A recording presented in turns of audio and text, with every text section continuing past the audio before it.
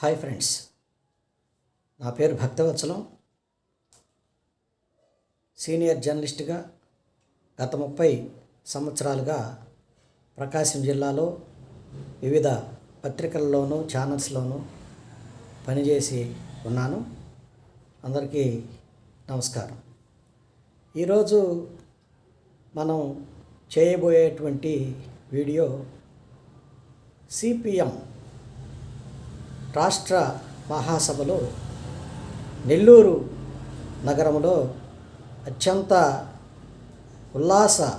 ఉత్సాహ పూరితమైనటువంటి వాతావరణంలోనూ అనేక అంశాలపై రాజీ లేని పోరాటాన్ని కొనసాగిస్తామని, ఏ అంశంలోనూ తగ్గేదే లేదని ఘంటాపదంగా చెబుతూ 3వ తేదీన ముగిశాయి. 1, 2, 3 తేదీలలో అమరవీరులకు జోహార్లను, అశ్రు నివాళిని అర్పించడంతో ప్రారంభమైనటువంటి మహాసభలు 2 రోజుల పాటు విస్తృతమైనటువంటి చర్చలను కొనసాగించాయి. గత 3 సంవత్సరాలుగా నిర్వహించినటువంటి ఉద్యమాలు, వాటి అనుభవాలు, తీసుకున్నటువంటి గుణపాఠాలు, భవిష్యత్తు కార్యాచరణతోటి ముందుకు సాగాలని ఈ మహాసభ పిలుపునివ్వడం అనేటువంటిది జరిగింది. మార్క్సు, లెనిన్, వారితో పాటు కమ్యూనిస్టు ఉద్యమ ఉద్దండులైన మార్క్సిస్టు మహోపాధ్యాయులైన కమ్యూనిస్టు పార్టీకి మార్గనిర్దేశనం చేసి ఈ దేశంలో కమ్యూనిస్టు ఉద్యమాన్ని మరింత శక్తివంతంగా, సమర్థవంతంగా ముందుకు తీసుకెళ్ళినటువంటి కామ్రేడ్ పుచ్చలపల్లి సుందరయ్య గారు, ఈఎంఎస్ నంబూద్రిపాది గారు, మాకినేని బసవపున్నయ్య గారు, జ్యోతి బసు గారు, వారితో పాటు యువ నాయకుడిగా ఇటీవల మృతి చెందిన కామ్రేడ్ సీతారాం ఏచూరు లాంటి మేధావులను స్మరించుకొని వారి పేరుతోటి ప్రాంగణాలను ఏర్పాటు చేసుకొని ఈ మహాసభ అత్యంత విజయవంతంగా ముగిసిందని చెప్పాలి.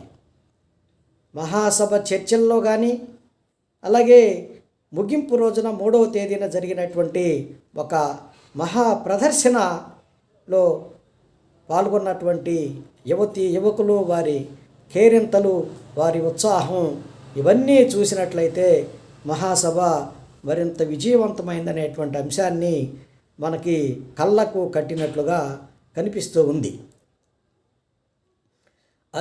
అదే పతాక జైత్రయాత్ర సాగుతోందిరా, పదే రణానికై నగారం రోగుతోందిరా, సనాతనాల బూజుపై, కులం మతం రివాజుపై, పురాణ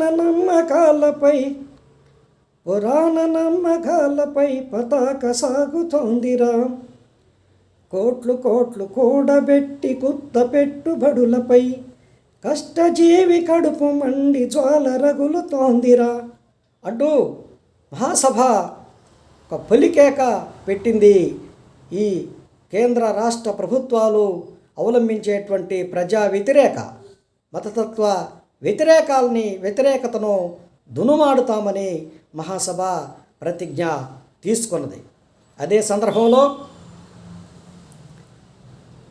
ఇదే ఎర్ర బాటరా,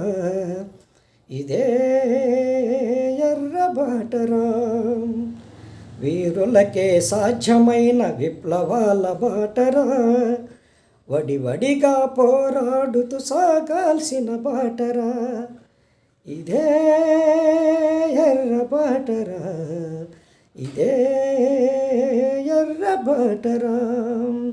అంటూ విప్లవకారులు, కళాకారులు అనేక విధాలుగా వారు గళాన్ని విప్పారు.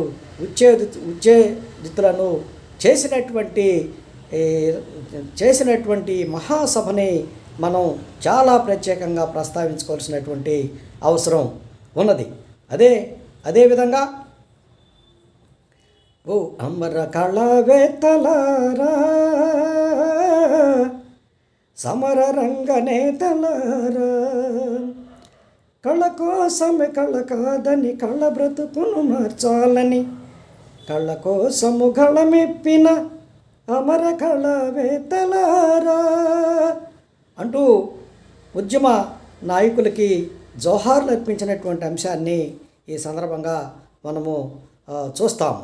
అలాగే పుచ్చలపల్లి సుందరయ్య గారు, జోహారు జోహారు మా సుందరయ్య, నీ వంటి జాగధనులు విశ్వంలో ఎందరయ్య, జోహారు జోహారు మా సుందరయ్య అంటూ సుందరయ్య పుట్టినటువంటి ఈ గడ్డ మీద 47 సంవత్సరాల తర్వాత మహాసభని అత్యంత విజయవంతంగా నెల్లూరు సిపిఎం బాధ్యులు విజయవంతంగా చేశారని వారికి ప్రత్యేకమైనటువంటి అభినందనలు తెలపాల్సినటువంటి అవసరం ఉన్నది.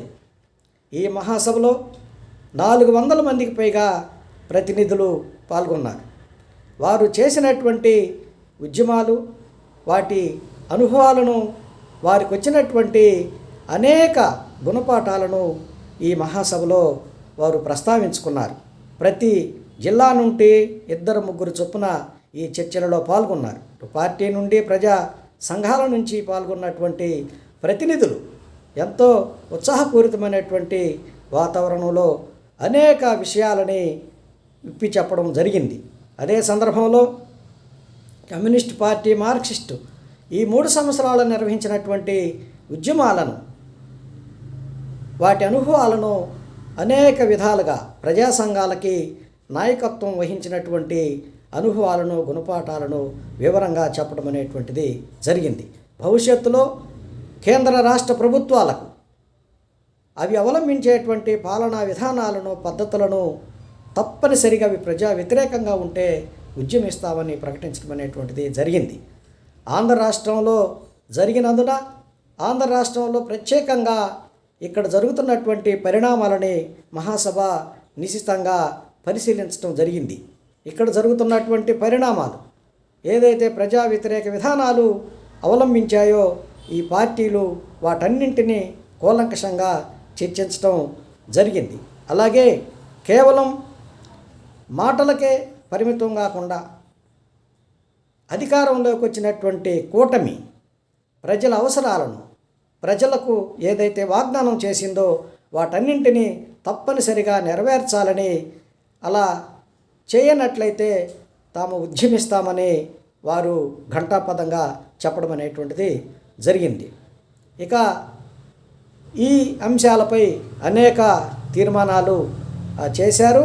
అవన్నీ ఆయా ప్రాంతాల్లో ఉన్నటువంటి పరిస్థితులను బట్టి, రాష్ట్ర ప్రభుత్వ ప్రజా వ్యతిరేక విధానాలను బట్టి, కేంద్రం అవలంబిస్తున్నటువంటి ఆర్థిక, రాజకీయ, మతతత్వ వ్యతిరేక అంశాలపై కూలంకషంగా వారు చర్చించడం అనేటువంటిది జరిగి తీర్మానాలు చేయటం అనేటువంటిది జరిగింది. ఇక ముగింపులో రాష్ట్ర కమిటీని ఎంపిక చేసుకోవటం జరిగింది. రాష్ట్ర కార్యదర్శిగా వి శ్రీనివాసరావు, వంకాయలపాటి శ్రీనివాసరావు గారు, వారు ప్రకాశం జిల్లా మర్రిపూడి మండలంకి చెందినటువంటి వ్యక్తి. విద్యార్థి జీవితంలోనే ఉద్యమాల్లోకి ప్రవేశించి యువ నాయకునిగా డివైఎఫ్ఐలో వారు పనిచేశారు. ఆ తర్వాత రైతు సంఘంలో పనిచేశారు.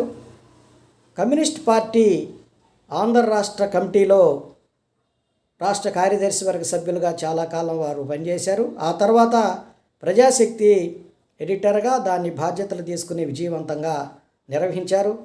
ఆ తర్వాత కొద్ది కాలం కేంద్ర సిపిఎం బాధ్యుడిగా వెళ్ళి కొన్ని రాష్ట్రాలకి మార్గనిర్దేశనం చేశారు. తిరిగి గత 5 సంవత్సరాల కిందట ఆంధ్ర రాష్ట్రానికి వచ్చినటువంటి శ్రీనివాసరావు గారు గత 3 సంవత్సరాలుగా సిపిఎం రాష్ట్ర కార్యదర్శిగా కొనసాగుతూ ఉన్నారు. రాజీ లేని పోరాటం, నిబద్ధత, విషయాల పట్ల నిశ్చిత, విషయాల పట్ల నిక్కిచ్చత, ఆయన ఆ, నైజాలు, అట్లానే నిర్మాణ దక్షత, పార్టీని నడిపించేటువంటి నిపుణత ఆయన సొంతం. ఇప్పటికే ఆయన విద్యార్థి, రైతు, యువత రంగాలలో పనిచేశారు. అలాగే ప్రత్యేకించి పత్రికా రంగంలోనూ వారికి ఉన్నటువంటి అనుభవాలన్నింటినీ కూడా క్రోడీకరించి ఈ ఉద్యమాన్ని భవిష్యత్తులో 3 సంవత్సరాల పాటు మరింత ముందుకు తీసుకెళ్ళగలరని మనము నమ్ముదాం. అలాగే మహాసభలో జరిగినటువంటి ఈ ప్రదర్శనలో ఎంఏ బేబీ గారు, ఆయన గతంలో విద్యార్థి ఉద్యమంలో పనిచేశారు. ఆల్ ఇండియా ఎస్ఎఫ్ఐ అధ్యక్షులుగా వారు బాధ్యతలను నిర్వహించారు. వారు 3 రోజుల పాటు రాష్ట్ర కమిటీకి మార్గనిర్దేశనం చేశారు. అలాగే బివి రాఘవులు గారు, ఆయన విద్యార్థి ఉద్యమాలలో పనిచేశారు. ఆంధ్ర యూనివర్సిటీలో విద్యాభ్యాసం చేసి విశాఖపట్నంలో పార్టీని వివిధ రంగాల్లో ముందుకు తీసుకెళ్ళినటువంటి ప్రతిభాశాలి. వారు ఆంధ్రప్రదేశ్కి రాష్ట్ర కార్యదర్శిగా 10 సంవత్సరాలకు పైగా వారు తన సేవలు అందించారు. ప్రస్తుతం కేంద్రంలో తన బాధ్యతలను నిర్వహిస్తున్నారు. తెలంగాణ, ఆంధ్రప్రదేశ్తో పాటు వివిధ రాష్ట్రాల్లో పార్టీ బాధ్యతలను విజయవంతంగా చేస్తున్నారు.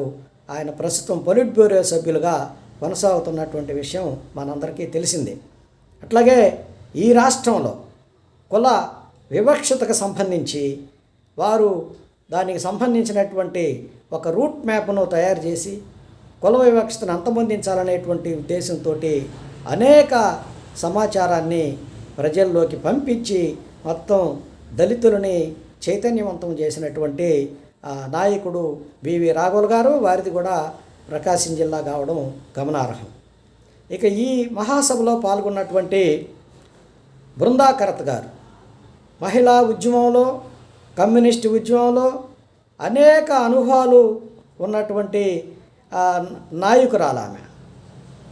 అనేక అనుభవాలతోటి ఆమె ఇవాళ దేశవ్యాప్తంగా పర్యటిస్తూ కమ్యూనిస్టు ఉద్యమ భావజాలాన్ని మరింత ముందుకు తీసుకెళ్తున్నటువంటి మహిళామణి. ఆమె ప్రస్తుతం సిపిఎం పార్టీ పొలిట్ బ్యూరో సభ్యులుగా వారు కొనసాగుతూ ఉన్నారు. వీరందరూ ఎంఏ బేబీ గారు, బివి రాఘవులు గారు, బృందా కరత్ గారు, వీరు మొత్తం రాష్ట్ర నాయకత్వానికి వచ్చినటువంటి 400 పైచిలకు ప్రతినిధులకు, వేలాది మంది ప్రజానీకానికి తన సందేశాన్నిచ్చి భవిష్యత్తులో కమ్యూనిస్టు ఉద్యమాన్ని ముందుకు తీసుకెళ్ళమని, ఈ భారతదేశానికి కమ్యూనిస్టు ఉద్యమం తప్ప మరే మార్గము లేదని వారు ఘంటాపథంగా ఉత్తేజపరిచారు. వారందరికీ కూడా ఆంధ్ర రాష్ట్రానికి విచ్చేసినందుకు ధన్యవాదాలు తెలియజేసినటువంటి అవసరం మనం ఎంతైనా ఉంది. అయితే ఇప్పుడు దేశవ్యాప్తంగా కమ్యూనిస్టుల పని అయిపోయింది, కమ్యూనిస్టు ఉద్యమం ఉనికిలో లేదు అని చర్చ సాగుతున్నటువంటి సందర్భంలో ఆంధ్ర రాష్ట్రంలోనూ అదే చర్చ జరుగుతుంది. ఎందువల్లంటే అసెంబ్లీలో కానీ చట్టసభల్లో ఏ ఒక్కరు కూడా ఇవాళ సభ్యుడిగా లేరు. కానీ దానినే ప్రాతిపదికగా తీసుకొని కొంతమంది కమ్యూనిస్టు ఉద్యమం పని అయిపోయిందని చెప్పేసి ప్రచారం చేస్తూ ఉన్నారు. వారందరికీ నెల్లూరులో జరిగినటువంటి 27వ సిపిఎం రాష్ట్ర మహాసభ జవాబు చెప్పిందని మనం ఖచ్చితంగా చెప్పవచ్చు. అంతేగాని కమ్యూనిస్టు ఉద్యమం ఎప్పటికైనా ఉన్నటువంటి అవకాశాలను అందిపుచ్చుకొని ముందుకు వెళుతుందని ఈ మహాసభ ఘంటాపథంగా మనకి చెప్పింది. అనేక శక్తులు, అనేక వ్యక్తులు మొత్తం ఈ భారతదేశంలో రావచ్చు, పరిపాలించవచ్చు. కానీ అంతిమంగా ప్రజలదే విజయము అని ఈ మహాసభ ఉచ్చరించి మొత్తం ఇవాళ రాష్ట్ర ప్రజానీకానికే కాక యావత్ భారతదేశానికి ఒక సందేశాన్ని ఇచ్చి కమ్యూనిస్టులకు జేజేలు పలికిందని మనం ఈ సందర్భంగా ఘంటాపథంగా చెప్పాల్సినటువంటి అవసరం ఉన్నది. ఈ వీడియోను మీకు నచ్చినట్లయితే సబ్స్క్రైబ్ చేయవలసినదిగా మీ అందరికీ విజ్ఞప్తి చేస్తున్నాను. ఈ వీడియో మీరు విన్నందుకు మరొకసారి మీ అందరికీ ధన్యవాదాలు తెలుపుతూ థ్యాంక్ యూ సో మచ్.